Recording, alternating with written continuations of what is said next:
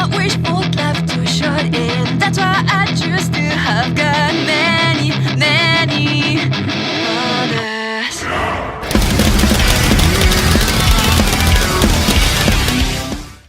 Hey, salut tout le monde, ici MyNeck. On se retrouve aujourd'hui pour un nouvel épisode sur le tuto bot Twitter. Du coup, le dernier épisode était il y a un bon petit moment de cela, je vous l'accorde, il y a plus d'un mois. Bon, comme dans la vidéo d'explication que j'ai faite, je précise tout ça mieux que maintenant, que je ne le ferai pas, vu qu'ici c'est quand même un tuto. Donc du coup, on va reprendre. La dernière fois, on s'était laissé sur le postage tweet. Et donc, on allait bientôt s'attaquer à la partie la plus intéressante, la partie poster des images. Donc c'est ce qu'on va faire aujourd'hui. Avant tout, je voulais vous parler de 2-3 petites choses pour mon setup. Du coup, 3 petites choses qui ont changé. Alors comme vous l'avez pu voir, par exemple, il y a plus de couleurs. Donc la couleur, d'où ça vient ? Ça vient, alors si vous voulez voir vos paramètres sur Atom, c'est File Setting. J'ai donc en thème installé Atom Material, voilà, un package de thème, voilà. Et si vous voulez avoir toutes les couleurs, donc il vous faudra 2 choses. Donc il faudra donc Atom Material, donc Atom Material 8, et c'est sélectionné en syntaxe thème One Dark. Alors si vous n'avez pas le même thème que moi, c'est pas un problème, mais par contre sélectionnez bien la police One Dark. C'est-à-dire que selon les polices, vous allez voir, je vais vous faire installer un package, vos couleurs vont être différentes. Donc voilà. Alors pour les couleurs bien comme il faut, on installe, donc là il met 2 secondes. Alors c'est Atom Beautify qui vous fait les couleurs. Alors, bon après j'ai plein d'autres choses, j'ai Atom TNGS, j'ai Snapset, mais bon ça c'est pas le problème. Ce qui va aussi nous intéresser, c'est Linter et Linter ESLint. Donc qu'est-ce que c'est ? En fait c'est ce qui permet de faire ceci. Vous voyez là, new issue. En fait issue, on va parler quand même en anglais un peu plus correct s'il vous plaît. Donc qu'est-ce que ça fait que tout ceci, mes chers amis ? Qu'est-ce que ça fait ? C'est en fait quand vous allez écrire, ça va vous mettre, en fait là vous avez fait des erreurs dans votre code. Et c'est très pratique, je vous jure, parce que le nombre d'erreurs que ça fait souvent. Bon, bien, deuxième petite chose. Pendant les vacances, j'ai pu m'améliorer en programmation, tout ça un petit peu. Alors, première chose qu'on va faire, déjà, c'est qu'on va remplacer tout ça par ce qu'on appelle des consts. Qu'est-ce que c'est que les consts ? On va laisser ça comme ça. C'est des constantes, du coup. C'est des constantes, c'est-à-dire qu'en gros, c'est des variables qu'on ne peut pas modifier. Parce que là, en fait, pour l'instant, j'avais laissé un peu tout en mode je m'en foutais. Sauf qu'on va quand même essayer de faire les choses propres. D'accord ? Voilà, ça je m'en fous. Voilà. Donc ça c'est beaucoup plus joli. Ensuite, qu'est-ce que j'ai fait ? Donc la fonction tweetit, je l'ai sortie parce qu'en fait, vous vous rendez compte qu'on va l'utiliser assez souvent. Ma fonction tweetit, j'ai tout supprimé. Pourquoi ? Parce que je voulais faire un peu ça au propre. Donc maintenant, on va commencer. Donc, qu'est-ce qu'il va nous falloir ? Il va nous falloir tout ceci. Ne vous inquiétez pas, je vais tout vous expliquer correctement, tout ça. Vous pouvez voir, en fait, c'est ce qui se situe à peu près ici, voilà, grosso modo. Donc, du coup, premièrement, on va créer donc une var, qui va s'appeler, comment je vais appeler ici, parce que inspiration. Ok, donc on va l'appeler var tweet. Aussi vous pouvez renommer, si vous voulez vos variables que vous voulez modifier, vous pouvez aussi les renommer let. Voilà. Donc c'est des choses qui sont. Donc voilà, tweet 3. Tac. Non. Je passe ça. Et donc c'est égal, d'accord, à donc du texte. Voilà, si je ne me trompe pas en syntaxe, voilà. Statut texte, voilà. On va passer en statut texte. Hop, statut. Donc ça c'est pour notre tweet. Notre tweet, si je vous rappelle. Hop. Ça on s'en fout, on n'oublie pas le point virgule au sémicolone en anglais. Donc pour ceux qui ne voudraient pas se tromper, on va enlever ça. Parce que ça sert à rien.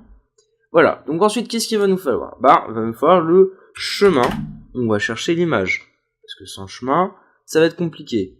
Donc du coup, le chemin de notre image, donc on va prendre ceci. For search in directory, find project, non. C'est pas ça que je veux, copy full path. Copy project path. Et du coup, bon. Parfait. C'est typiquement ce que je voulais. Donc alors, on va appeler file name, hein, nom. Vous pouvez l'appeler path aussi si vous voulez, c'est vous qui choisissez. Et vous n'oubliez pas, bien sûr, vos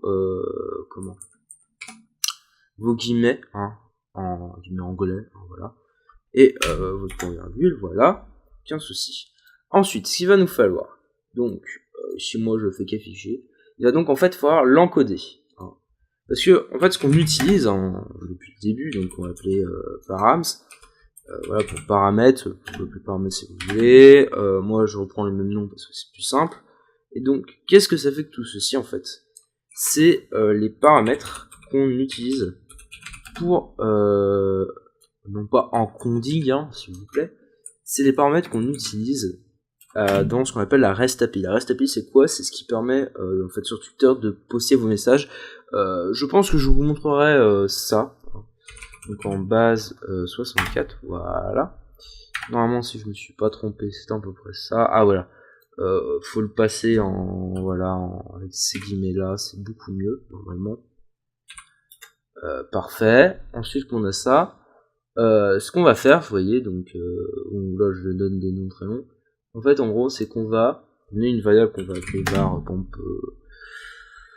C'est qu'on va appeler, on va l'appeler image. Ah, d'accord. On va faire fs.read file sync. Qu'est-ce que ça fait que cette fonction? Donc, fs, je vous rappelle, c'est le module de Node qui permet de lire donc là où on va aller chercher dans Windows, dans votre serveur, tout ça, un fichier. Donc read file sync, c'est pour lire, et c'est une fonction qu'on appelle synchronous, c'est-à-dire que c'est une fonction qui se expliquer ça d'une manière un peu plus simple, en gros, qui est connecté, en gros, ça se connecte. C'est pas une notion de genre j'arrive plus à parler, je l'exécute et puis c'est fini. Ça reste en fait. Donc on va rentrer nos paramètres. Donc qu'est-ce qu'on a dans cette fonction? On veut filename, donc le nom, notre image, voilà, donc avec ici le chemin qu'il vous faut. Ici vous voyez le chemin, voilà. Oula, par contre, hop.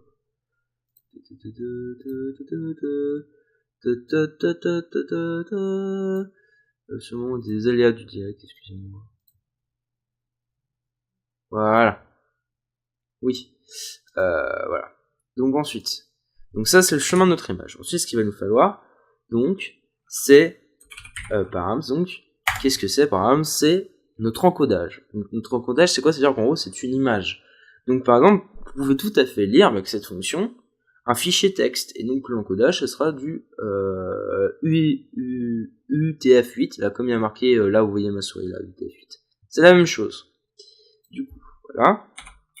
Donc une fois qu'on a ça, vous voyez, on va donc pouvoir la poster. Alors qu'est-ce qui est particulier dans l'API de Twitter? C'est qu'en fait vous allez d'abord poster votre image sur Twitter, en fait vous l'uploadez. Une fois que vous l'avez uploadé, en fait, il vous donne une idée que vous récupérez, et cette idée, vous allez vous servir pour poster un tweet avec cette idée dedans, et avec du texte, voilà, tout ça. C'est comme ça que ça fonctionne. Donc, qu'est-ce qu'on fait? On peut utiliser donc notre fonction petit.post. Donc, vous vous souvenez, c'est celle qu'on a utilisée la dernière fois, avec, non, moi je veux, c'est ça, voilà, petit.post, donc vous voyez notre fonction, voilà. Qu'est-ce que c'est? Au serveur, on va lui dire, hey Jean-Louis, c'est un média / upload. Donc on poste, voilà.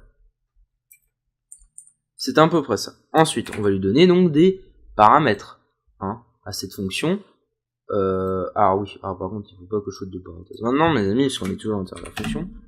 Donc, ce qu'on va lui rajouter comme paramètre. Qu'est-ce qu'on va lui rajouter comme paramètre? Ben, ici c'est MediaData. Voilà. Le point. Et qu'est-ce que c'est MediaData? Bah, c'est notre image. Pas OMG s'il vous plaît. C'est notre image. Voilà. Ça, c'est notre image qu'on a lu, on a récupéré. Et c'est ce qu'on va envoyer comme data. Qu'est-ce qu'on va envoyer d'autre comme chose? Eh ben, on va utiliser une fonction uploaded. Donc une fonction uploaded. Qu'est-ce que c'est? Bah, c'est celle qu'on va définir juste en dessous en fait. C'est notre tweet à nous. Voilà. Donc notre fonction upload. Ou alors vous pouvez appeler text image. On va appeler uploaded parce que je vais l'appeler comme ça, que ça va être bien.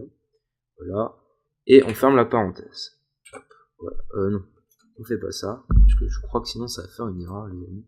Non, ça fait pas d'erreur. Bon, bah, parfait. Excusez-moi, je regarde mon code que j'ai déjà fait pour mon bot, parce que bon, souvenir toute tête, c'est pas forcément des plus simples. Donc après, par exemple là, vous pouvez faire un console log upload media, d'ailleurs, je pense,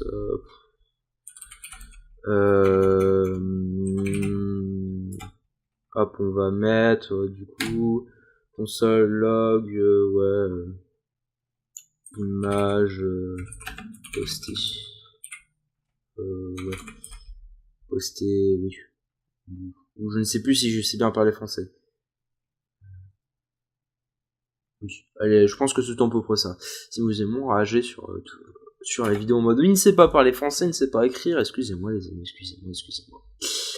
Donc ensuite, qu'est-ce qu'on va faire? On va donc faire notre fonction. Donc je vous rappelle, donc notre fonction là. Donc c'est notre fonction uploaded. Donc, voilà, une fonction uploaded avec en paramètre on n'aura aucun. Non, c'est pas ça qu'on veut. Nous ce qu'on veut, c'est ceci. Donc ceci, qu'est-ce que c'est? Qu'est-ce que c'est que tout ceci? Tout ceci, c'est notre fonction avec donc on veut récupérer en fait à ce moment-là. Ce qu'on veut récupérer c'est l'idée. Donc faut savoir que donc, en JavaScript on va récupérer en fait des objets. On utilise des objets. Donc data.mediaIDString là, c'est un objet. Hein, précisément, vous voyez, c'est un objet. Du coup on va le récupérer. Donc on va appeler var id qui va être égal à data.mediaIDString.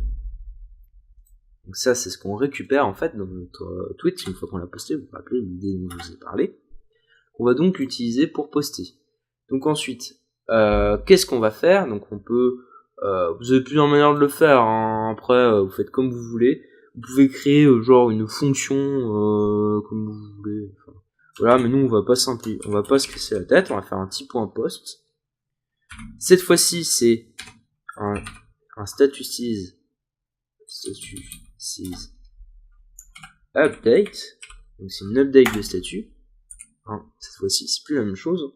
Je vous rappelle, c'est un truc normal là en fait qu'on va faire avec comme paramètre statut. Qu'est-ce qu'on pourrait mettre? Là en plus j'ai oublié.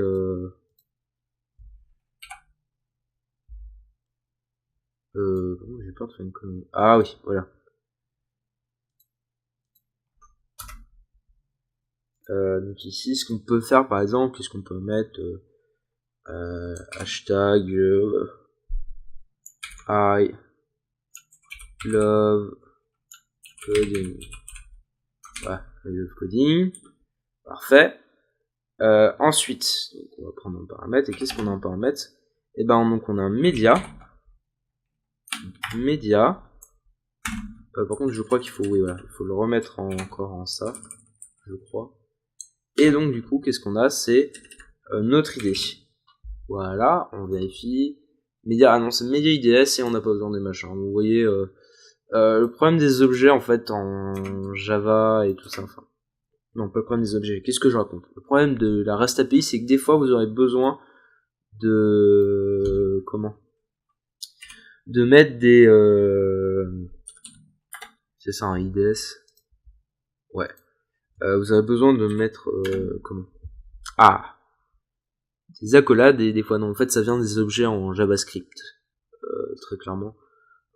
Donc, parce que là, en fait, du coup, c'est un tableau qu'on utilise, vous savez, un tableau ou une fonction où vous injectez des listes. Voilà, une liste. C'est ça. Donc là, c'est une fonction liste, en fait, un tableau.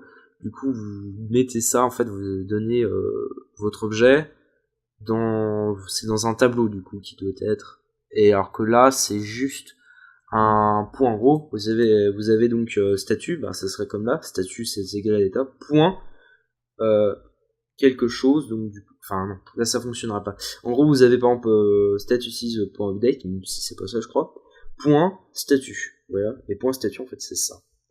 Genre, et là media IDS, du coup il n'y a pas de point, c'est une autre chose en fait. On se complique pas trop la vie, je vous la montrerai je pense là bientôt. Donc, mais pour l'instant on s'en fiche un peu. C'est pas important. Ah oui, il faut la mettre dedans en fait, c'est pour ça. Voilà, je me disais bien. Vous pouvez la mettre dedans directement, il n'y a aucun souci là-dessus. Du coup, une fois qu'on a fait ça, bon, on s'en fiche un peu du reste. Ah voilà. Donc maintenant, ça, on va l'enregistrer, voilà. Aucun souci. C'est pas notre souci pour l'instant. Nous, il y a quelque chose d'autre qui va nous intéresser. Qu'est-ce qui va nous intéresser maintenant? C'est de tester notre code. Alors, faut savoir donc que j'ai découvert quelque chose de beaucoup mieux que tout ce qu'on utilisait jusqu'à maintenant, le CMD, tout ça. Vous tapez donc Windows. Ok. Et là, vous allez voir apparaître Windows PowerShell. Vous cliquez dessus, ça va vous lancer Windows PowerShell. Qu'est-ce que c'est Windows PowerShell? C'est une CMD codée en PowerShell en fait, qui est genre la CMD++. Genre, si je peux taper du code, vous voyez, il y a de la couleur déjà. Waouh, de la couleur dans une CMD. Bon, là, il essaie de l'exécuter, mais c'est pas une fonction, donc ça fonctionnera pas. Mais bon, il met un peu de temps. Voilà, la erreur, tout ça, ça ne fonctionne pas. Et donc du coup, par exemple, vous pouvez faire un clear et hop, ça nettoie tout. C'est génial. Donc nous, qu'est-ce qu'on va faire? On va venir ici. On va venir prendre le chemin. On va faire si CTRL V. Ça fait quoi? Bon, les amis, petite pause. Du coup, j'avais oublié, il faut rajouter en fait ici des arguments, des paramètres, donc error pour error, data et response. Sinon, vous allez voir un souci. Du coup, vous voyez, j'ai eu 2-3 erreurs. Hop.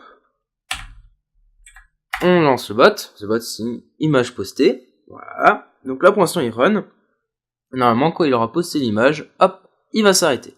Du coup, on va aller sur Twitter, on va aller sur notre bot, on va rafraîchir l'image, et tadam! I love coding, voilà, hop. Du coup, vous voyez, là, on voit notre jolie image en low poly. Donc maintenant, on s'est posté une image, voilà. Donc, ça, on va enlever ça pour l'instant, pas besoin, maintenant, qu'est-ce qu'on va faire? Je vais vous apprendre un dernier petit tour et puis on va se laisser. C'est celui-ci qui est très important. Voilà. Donc, en gros, c'est avec donc FSE, donc le version plus de notre cher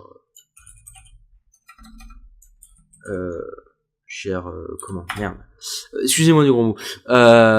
Cher petit FS, voilà, c'est une version améliorée. Donc on va tester une direction. Voilà, on teste une direction, hop.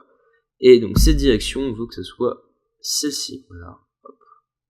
On va faire CTRL-C, CTRL-V. Alors, on est bien les amis. Oui, mais pourquoi tu fais ça? Pourquoi est-ce que je fais un test directory, tout ça? Parce qu'on veut en fait supprimer l'image. Pourquoi on veut supprimer l'image? C'est tout simplement, après moi c'est ce que je fais personnellement, quand je poste une image, je ne la réupload plus.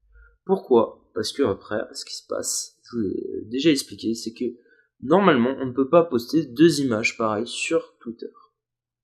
Voilà. Deux tweets pareils, c'est pas possible. Deux tweets pareils, peut-être que ça le fait pas si vous n'avez pas activé une application, je crois.